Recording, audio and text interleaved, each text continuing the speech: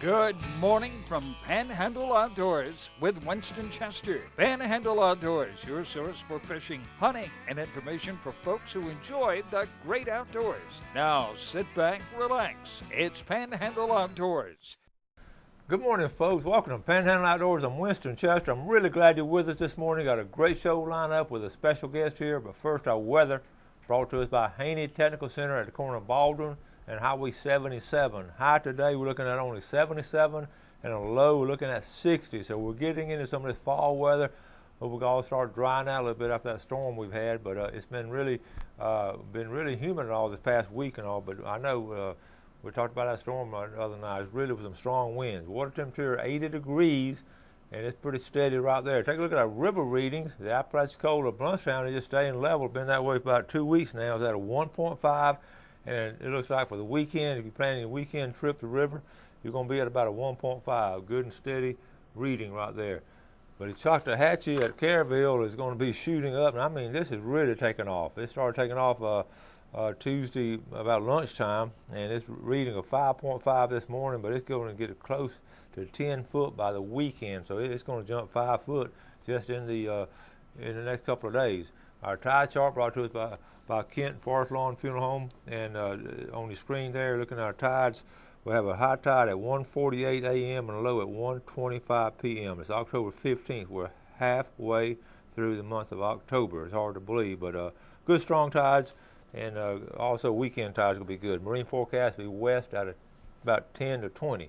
Now, every now and then I'll give a happy birthday shout out, and always special people, but this morning is a real special person I'm going to say happy birthday to, and you're not going to guess who.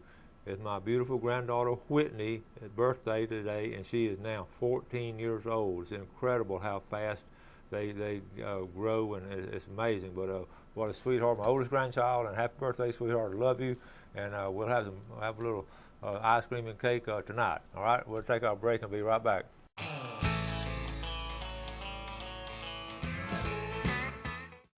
All right, welcome back, and welcome Ronnie Groom. Good morning, buddy.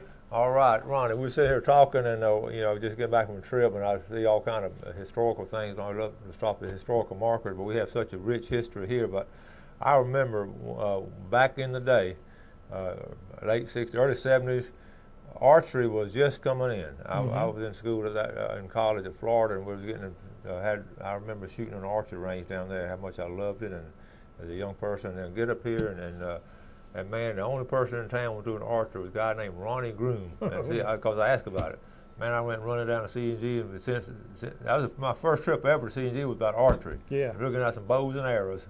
And I remember you had a target, and Gerald Taylor used to coach at Bay. He watched the show. Gerald used to, y'all had a target range at that time. I think in the parking lot almost. Yeah, we did start with, and we had one in Lynn Avon. Yeah, and I don't think you can do that now. No. We had to shut them down because too many people. Yeah. So anyway, I'm bringing this up because Ronnie has been number one guru in archery from the beginning, and now it's such a popular sport. And my students, I know how things go generation after generation, and kids cannot wait to get into archery. It's getting more and more popular. You see it in the movies now. You know, all these movies, that's really helped to spread it. And archery is a good sport. You know, it's not hard to get into. It's not hard to learn how. But the main thing, and I want to talk mainly to people that are thinking about archery or just got into it. The main thing is to get a coach to start you off right. You know, it's like golf or anything else. If you start off wrong and you develop bad habits, and you keep practicing those habits, and pretty soon it's hard to break. So the main thing to do is to get somebody that knows what they're doing. Be sure they know what they're doing. If you find somebody that's a top shooter, you can bet he knows what he's doing, and he can help you set up a bow. Now, a bow has to be set up for each individual person. You know, some people will draw a 40-pound bow, some will draw a 70-pound bow. Some people shoot a 26-inch arrow, some will shoot a 30-inch arrow. So when you get into archery, you got to get set up, just right. You got to have the right equipment. You got to have the right arrows. Arrows have to match your bow and weight, and everything has to be set up just for you. Your draw length is going to be particular, and you've got to get somebody that really knows, and let them sit back and watch you and coach you to get you to start shooting right. An arrow's got to come out of this is a small bow that I brought in, but you can see that an arrow's got to come out of that bow straight. Yeah. And it's the knocking points, your arrest here, your sight, everything has to be lined up so that arrow comes straight out of that bow. You can't have it come out doing this. Mm-hmm. Now it's going to do a little of this. That's just the way it does. But you don't want it to come out there erratic. And if you'll practice and get somebody to show you, and stay with it, then it's not a hard sport to get into. Well, that's true. You're talking about in athletics. If you play basketball, it's good to be tall, But That's right. in archery, you can any shape or size you can be. You can shoot. You can be a girl or a guy. It don't matter. You can find a bow to fit you and be as good as you want to be. Right. Most of these bows now are adjustable. You can adjust the draw weight and the draw length on them very easily. And it's not that expensive to get into them. For $300, $400, you can get a fine bow. Now, of course, a lot of people think I got to buy a $1,000 bow. You don't have to. I can get an archer that's a good shot, and he can shoot a $200 bow as well as you can shoot a $1,000 bow, probably better. Bottom line is you can't buy skill. You got to learn. Get somebody to teach you how to do it. One problem that new archers run into that I see all the time in the store is they come in and the first thing you want to know is how fast does that bow shoot? This is not a race car. This is a bow. It's not made to be real fast, although some of them now are fast. But you got to remember, the faster a bow is, the less forgiving it is. You got to be a better archer to shoot a heavyweight bow because it's less forgiving and it takes more skill. But Ted Nugent is a big bow hunter. He shoots a 45-pound bow. And when I started into archery bow hunting over at Egland Field, everybody shot a 45-pound bow just about. Nobody was shooting these 70-pound and 80-pound bows. If you're going to shoot an elephant, you need an 80-pound bow. But shooting white-tailed deer, a 45-pound bow in most cases will shoot an arrow completely through the deer. And it's important that the broadheads are important when it comes to hunting, that they're sharp, and they make some tremendous broadheads now. Yeah, the technology on those is really developed. The technology has really developed. I still shoot an old one that I've been shooting for years. It works fine, so I stick with it. We have guys that change every year. They change broadheads for the latest thing, and that's a good thing. But Ronnie, I see a little note on there, and I get tickled looking at it. It says, "Do not dry fire any bow." Right. And that, a dry fire, you'll pull the string back and let go. And I've seen them come apart.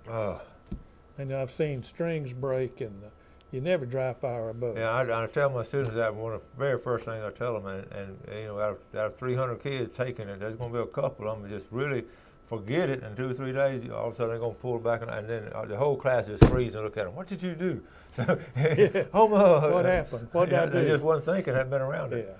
Yeah, we've had a couple dry fired in the store like that. Have you really? And now we shoot these new releases. It's got a trigger on it, and that's a hair trigger. Yeah. And if you're pulling that thing, you always want your finger behind the trigger till you get it back. Then you put your finger up and pull the trigger. Because if you pull it back and you touch that trigger, it's gone. In fact, if you look in our store up on the wall there, we got a little hole in the wall where, because we always make them when they draw back to check your draw length, and we make them point it toward the wall over there, and some guy shot a hole in the wall over there. So that's really important to be careful with these things. And a lot of times when you start off, you may hit your arm here. Yeah. That's poor form. You got to have the right form. People tend to put their arm out like this to hold the bow when you want to get it back here. You can see when I pull it back here, that pulls that arm out of the way. Yeah. And you don't want to grip this bow either. You just want to hold it loose in your hand, and you don't lock your arm up tight. Just kind of go easy with it, and just a lot of times you can just hold 2 fingers together to hold your bow. You don't have to grip it, because if you grip it when you shoot, it's going to jerk some way or another. Yeah. Okay, let's take a quick break. We'll come back and talk more about this, okay? All right.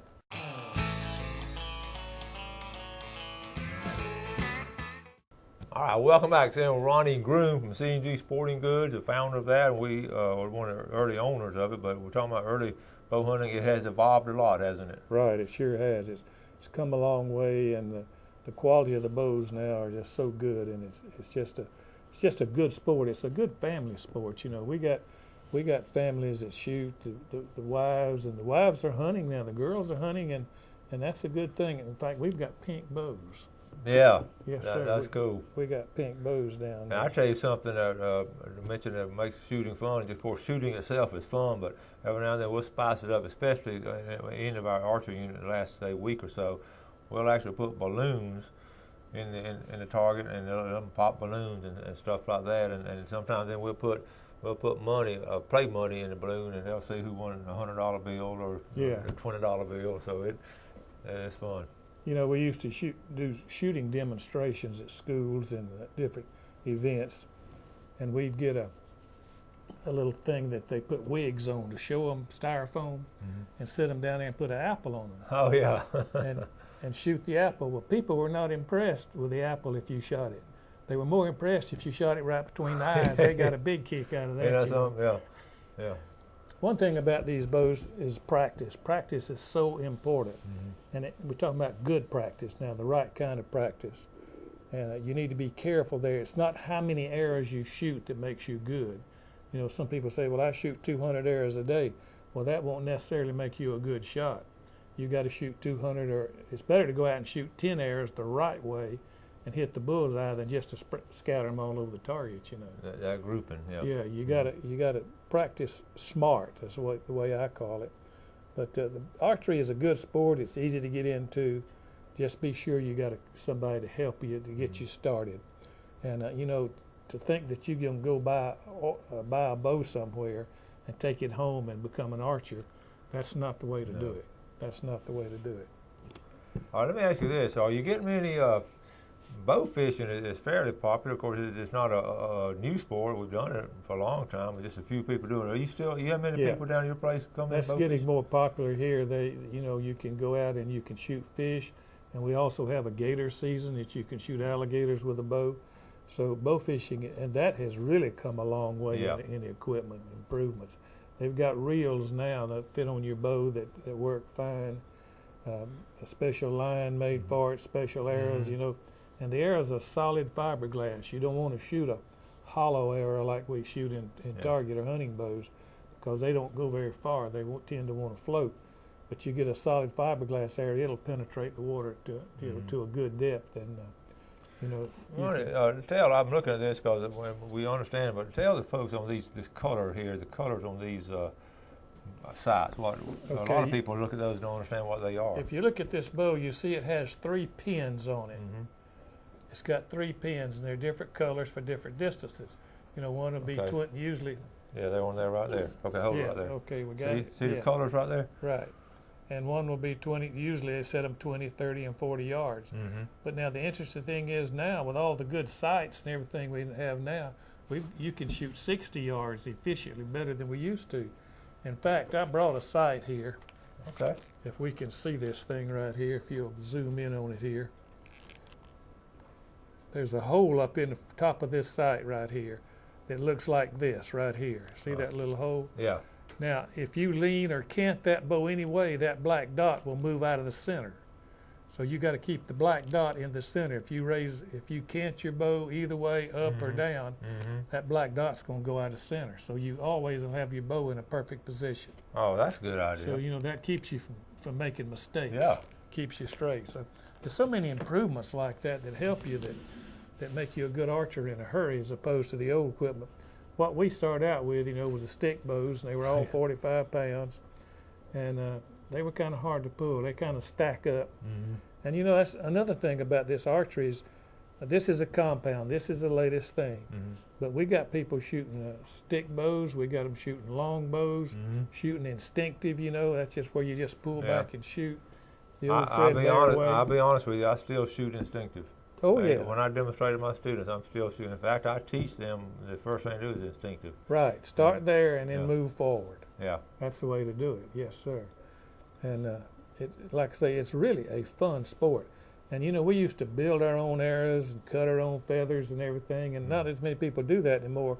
But if you really get into it, you'll want to do that, because it's like reloading for hunting guns, It's just a lot of fun. Yeah. And it's easy to do. One thing I want to show folks, and we've done this in the past, but this is a crossbow. This is a 10-point. This is a Cadillac. And as you might expect, Cadillacs cost more. Yeah. But this is one of the finest. It has a really fine scope on it. It's got a cocker here on the side that you just pull down and hook on the string and cock it. Makes it easy, because these new crossbows, very few people can physically cock one of them. Yeah. You got to have some kind of cocking device. For people that are handicapped, we even have a winch, like a boat winch. You put on the side and just winch it back. It's got to come forward. Cool. But you can see this scope, and the scope has 3 or 4 lines on it for different distances. You can set it 20, 30, 40, 50. And you can take this bow right here, and most any of them, and there are a lot of different crossbow lines, and we carry just about all of them. But you can take this thing and practice with it, and you can hold it in a 6-inch circle at 50 yards easy. And you know, when you're shooting a deer, you got about a 18-inch circle of kill area there. So wow. It's very efficient. It's got the quiver built on, the little arrows that come with it.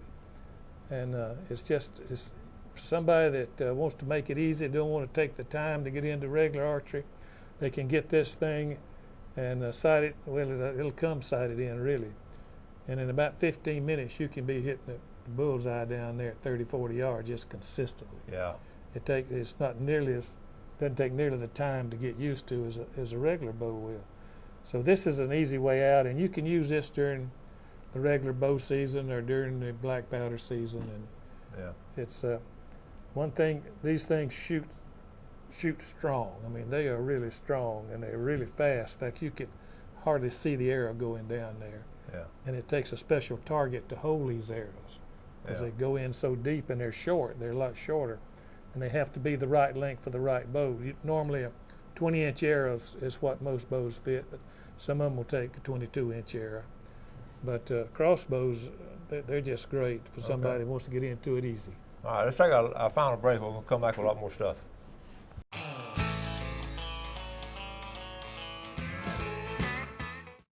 All right, welcome back. So glad you're with us this morning. Let's take a look at our fishing game forecast for the times if you get out a chance to get outside today. We're looking at 6:24 a.m. to 8:24, and then tonight from 6:48 to 8:48.